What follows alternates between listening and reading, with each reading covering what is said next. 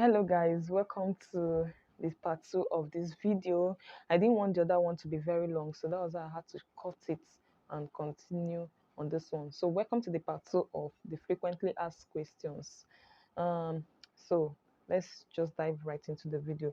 So the next question says, I have completed my registration but haven't paid my school fees. Can I postpone it? Yes, you can postpone it. You can actually postpone it pending to when you're ready. So you can postpone it, but make sure you don't pay in any other money. You don't pay in money into your wallet till when you're ready. If not, you lose your money to now. So the next question says, I have paid my school fee and completed my registration, but I'm not yet ready to write the exam because of work and other tangible reasons. Can I postpone the exam till another time? Yes, you can actually postpone your exam to when you're ready. NOUN is a very flexible, they run a very flexible program. Do you get? So you can postpone it till when you're ready. Whenever you're ready, you continue from where you stopped. But you have to know that for you to be able to continue whenever you're ready, you have to pay for compulsory fee. Yes, you have to pay for compulsory fee before you can be able to continue whenever you're ready. And you have to know that the implications of this idea is that all the registered courses, all the courses you registered for are going to be dropped. So by the time you come back to start again, you will have to re-register those courses that you've registered before. Do you get me? So by the time you're coming back in the next semester to come and write to come and register, how do I put it? Okay guys, this is it. You can come back for your registration whenever you're ready, but you have to know that you will pay for compulsory fee. Whenever you're coming back, you will pay for compulsory fee, and all those registered courses will be dropped. Now will not recognize them any longer. All of them will be dropped. You have to re-register for those courses again. They won't understand the fact that it has been registered before. No, you have to re-register for all those courses. That's the negative implication or effects of it. So you have to register for all those courses again. So you just have to bear that in mind. So if you're not ready, you have to determine ahead of time. Don't just come register. After registering, you say you're not ready, you want to go and rest or gather money and come back. By the time you're coming back, you have to re-register those courses you've registered before, and you pay all the compulsory fees you're supposed to pay. So that is it. So the next one says, can I postpone my admission till next semester in case I didn't meet up with the current registration till it's it's closed? Yes, you can continue with your program whenever you want. Once admission letter has been given to you and you've recognized that, you can start your program whenever you want. Even if you don't want to start it up immediately, you can start it whenever you want to start it. Reason is because NOUN runs a flexible program. They have this kind of flexible program that enables you start um, your course whenever you want to start, go on break whenever you want to go, and continue whenever you want to continue. Do you get me? So you can actually do it whenever you want to, once you're ready to come back or you're ready to continue your program. So the next one says, will NOUN graduates go for NYSC? No, I've explained it in the part 1 of this video. No, we don't go for NYSC. We only receive exclusion letter, excluding you from NYSC.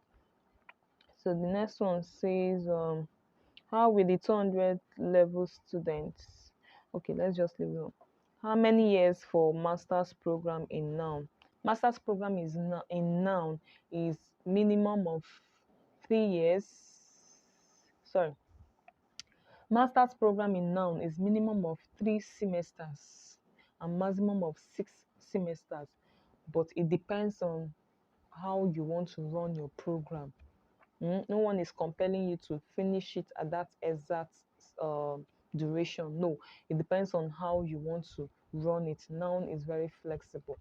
You can run your program in such a way that you won't be affected, your work won't be affected, or whatever it is you're doing will not be affected. So it depends on how you want to run your program. But just know that for master's program, it is minimum of 3 semesters and maximum of 6 semesters, depending on how you want to run it. So the next one, can you do without lectures? Yes, you can do without. I'm sorry to say this, but lecturers, it's not like I'm saying they can do without you. I don't know how to put it, but yes, you can do without lectures, not lecturer. Let me put it that way. You can do without lectures.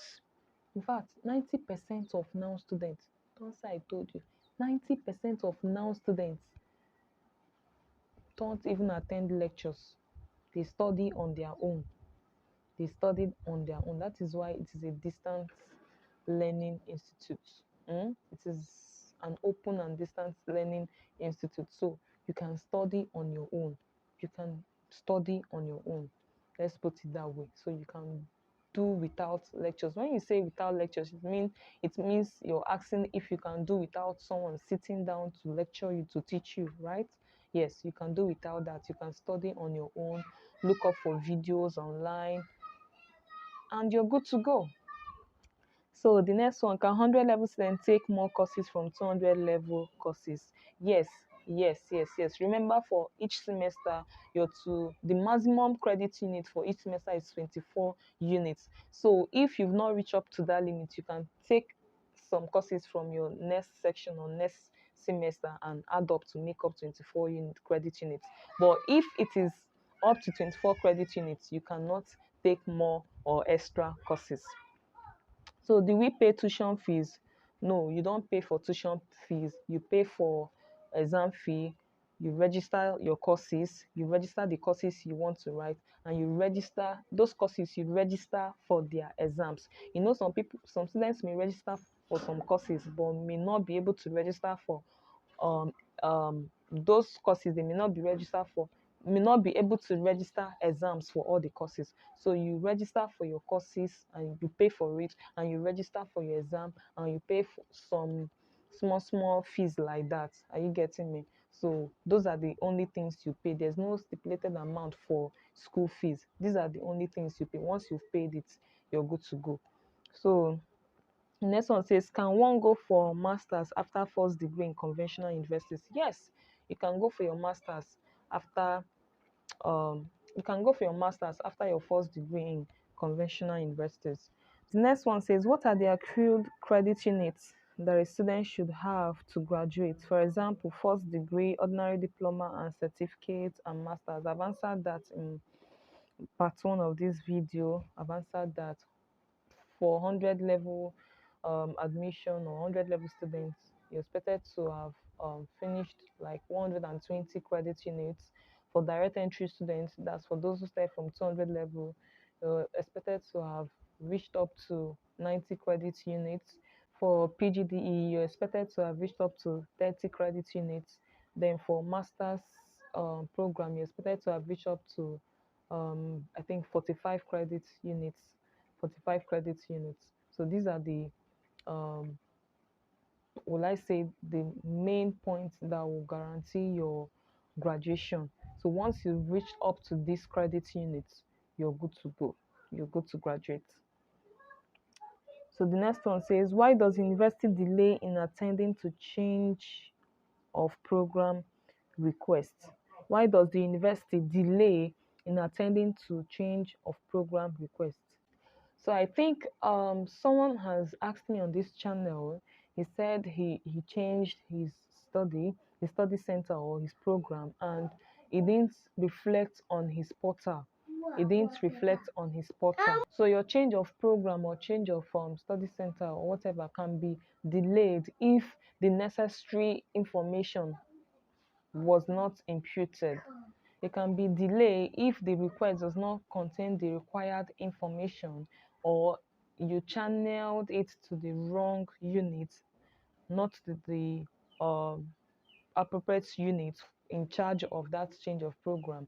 If it was channeled to the wrong unit, you could get delays. So delay could occur if you do not validate, if you did not validate your admission, or if you did not validate your admission, or if you did not provide the required information for the changing of your program, you could get delays in that.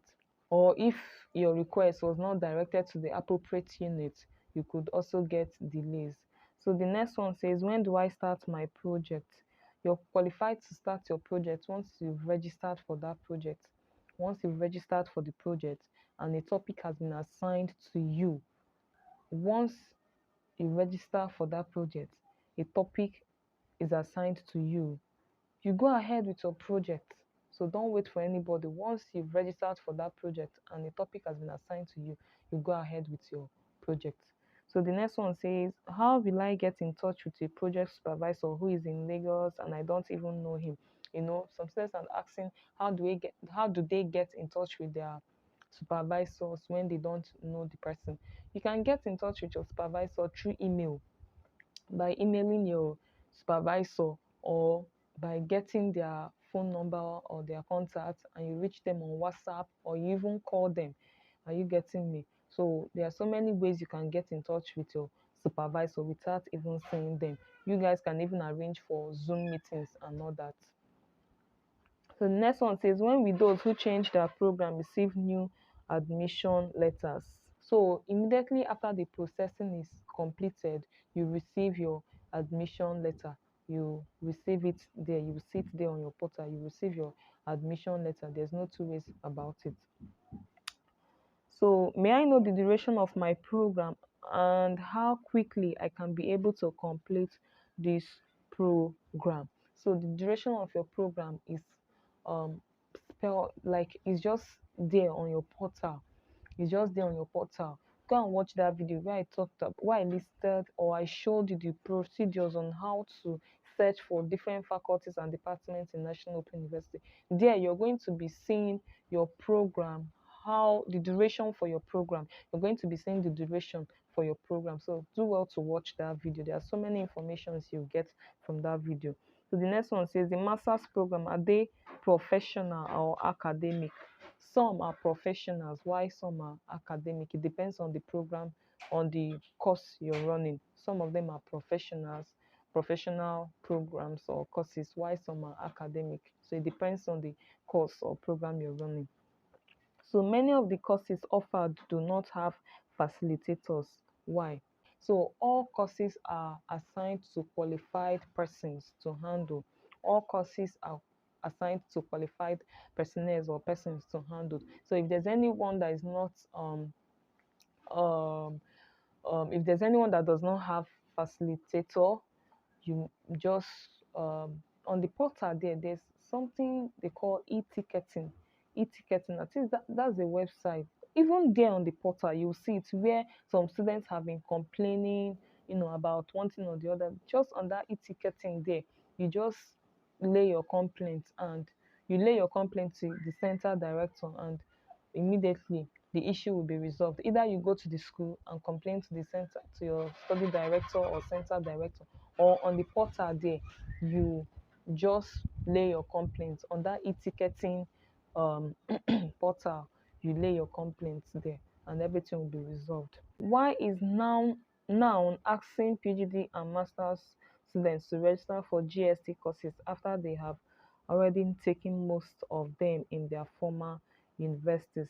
The truth is that it's not even only PGD and masters um, students, even undergraduate students. Most of them are even giving some GST courses that they've done previously in their schools. Are you getting me? It's just for you to understand that this is how the school runs.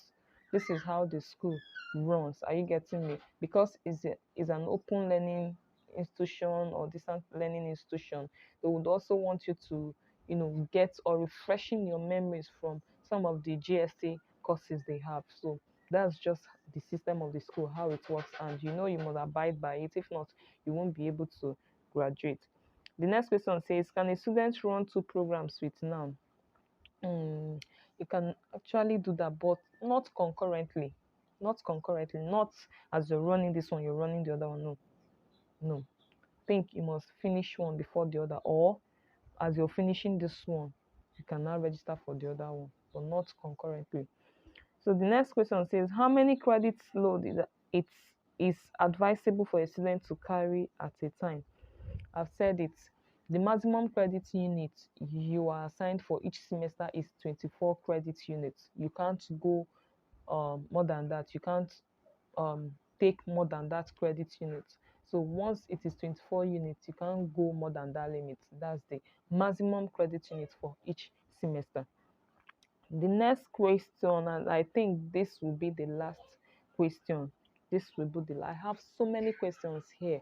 I have so many questions here, and why I would want to go deeper and deeper is because I've already made videos upon videos where I talked about these questions, where I touched these questions. So please, if you've not watched my videos, start from the beginning.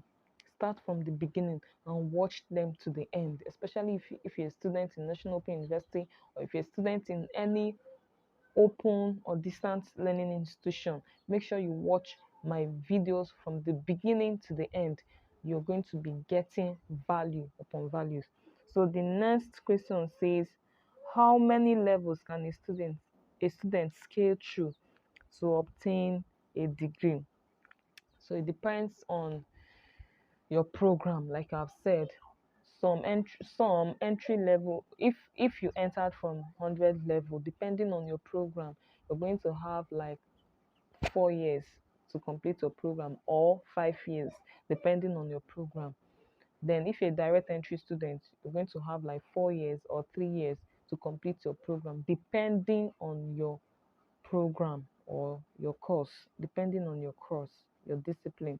So it depends on your discipline. Your discipline is going to state how long you're going to spend running that program. So guys, we've come to the end of today's video. I don't want it to be a very long video, hence why I'm cutting it short here. So if you have more questions, please leave it in the comment section. I will try my best to answer every question you leave there.